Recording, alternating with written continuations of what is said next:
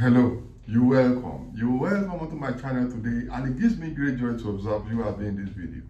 I'm Professor Olayinka Akonde.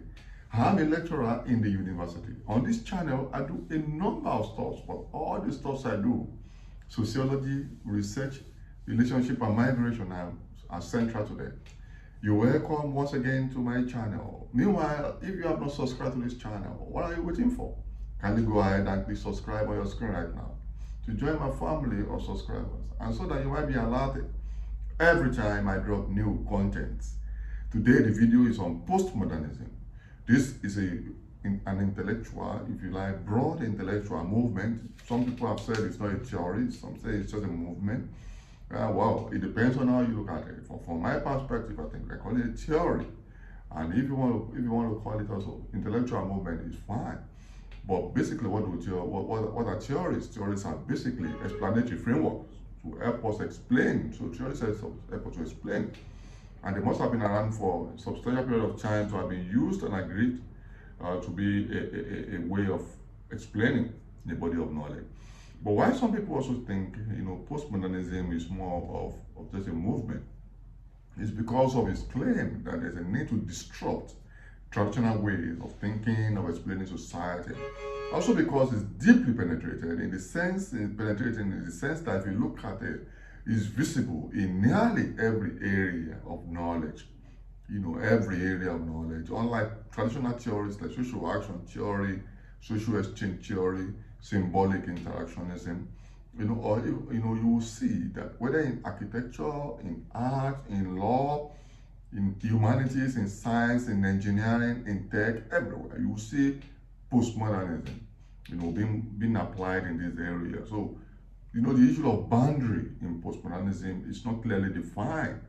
And maybe I should start from even the criticism so that you can understand better. So some people say it's even difficult to define postmodernism. It's even difficult to apply it to anything. It's even difficult to pin it down and say, okay, this is what it is, and some say it's too philosophical, it's too unrealistic, and it cannot be applied, and it's not, the problem of objectivity is a major one they pin to it and say the issue of relativism itself is a major problem of this theory or intellectual movement.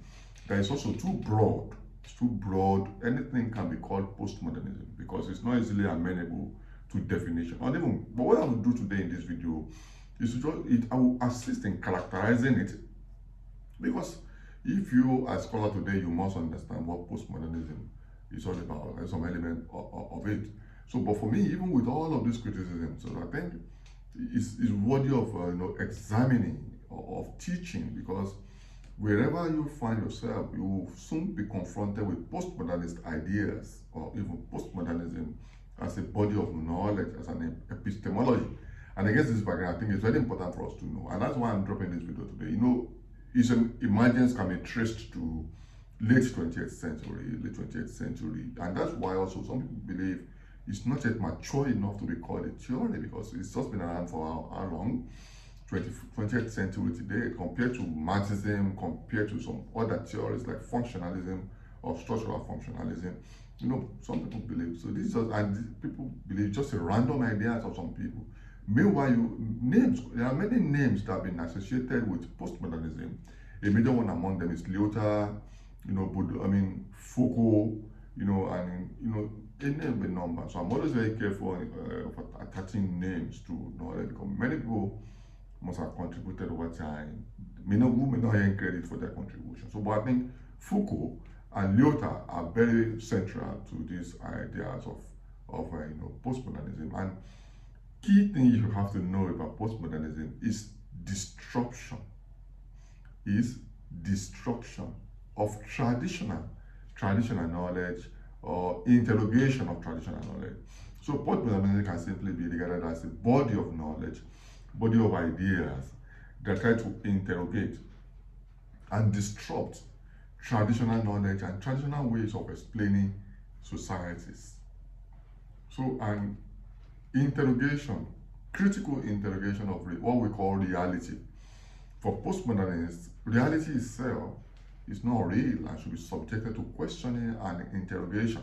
And even the idea of modernism, that the world has gone past beyond modernism, and the modernism itself must be questioned. And also there is also the need for the interrogation of the conception of knowledge itself and conception of progress, what we call progress, what we call development, modernism, reality, traditional knowledge, that all of these themselves are due for questioning, and there must be a new way, new postmodern way of explaining society. For postmodernism also, there's a need to question established cultural norms, established institutions, and the need to deconstruct, to deconstruct and to disrupt mega narratives, meta narratives, macro narratives. There is a need to question these mega narratives that as a way of knowing. For postmodernists, the best way to know is to apply relativism or micro level analysis, relative experience of society, or at most meso narrative of society, meso understanding. So huge skepticism, destruction of traditional way of knowing against grand narratives, and high level of favoring of subjectivity and relativity. So for postmodernism, subjectivity is very important. I have a video on objectivity and subjectivity in sociology, in social sciences. View that video so you can understand this the more. So for objectivity should be deconstructed, should be rolled back according to postmodernists. That the issue of objectivity itself is unneeded and it's unreal. That objectivity is unneeded, it's not needed, it's not real, it's an hindrance to relevant knowledge. That the attention will be paid to subjectivity instead of objectivity, and knowledge will be relative.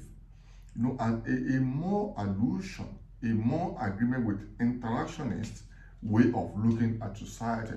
So, and if you look at it, these are basic elements of postmodernism, wherever you find it. And I don't totally believe with critics who say it's not applicable, it's not defined. No, you can define a particular experience, a particular theory or body of knowledge from characterizing it, just like I've done here. In terms of skepticism, disruption in knowledge production, questioning of traditional way of knowing, interrogating objectivity, and more attention to subjectivity and relativity, and questioning of grand narrative or meta narrative or macro narrative. And I've told you key elements you can talk about, key actors. You can talk about Foucault, I can talk about Lyotard. And major characteristics are these: skepticism, relativism, criticism of meta-narrative, mega-narrative, and the importance of the role of language. There's a need to pay attention to language. Language communicates ideas, communicate knowledge, unifies body of scholars. So language and discourse analysis, very important. I have a video on discourse analysis here in context of research on this channel. View that video very well. So there's a need for deconstruction of existing knowledge, blurring of boundaries in knowledge, blurring of boundaries, and present in almost all disciplines. And that's why I think I should drop this video, because you need to be aware. And most of the time, I flow with these postmodernist ideas depending on what I want to look at. Just like postmodernists also explain the fact that we have to pay attention to relative environment, relative ideas, relative societies in doing what we do, rather than focusing more on grand narratives. For postmodernists, global narratives has to give way to more relative, narratives of explaining of society in societies. And I think this is very important. And when you look at it, I'll give you the disadvantage, I'll give you what it means, I'll give you the characteristics, and I'll give you the criticisms. So I think a major advantage I have, for this, about these postmodernist ideas or postmodernism, is the fact that is need to call for critical analysis, critical examination of knowledge as it is, today, and also a need to also look at more meso level or micro level, knowledge production, and as we try to explain human behavior, especially in sociology and even in social sciences, other macro, mega, meta. The idea of a finite, of an absolute knowledge is another thing postmodernists have called to question. that there is nothing like an absolute knowledge or an ultimate truth. That all truth in the final analysis, all ideas in the final analysis are relative, either to time or to environment or to experiences. So relativity is key, and yet the construction of truth and absolute knowledge is central to postmodernist ideas. Welcome to Postmodernism. Till I see you in my next video, please subscribe and bye for now.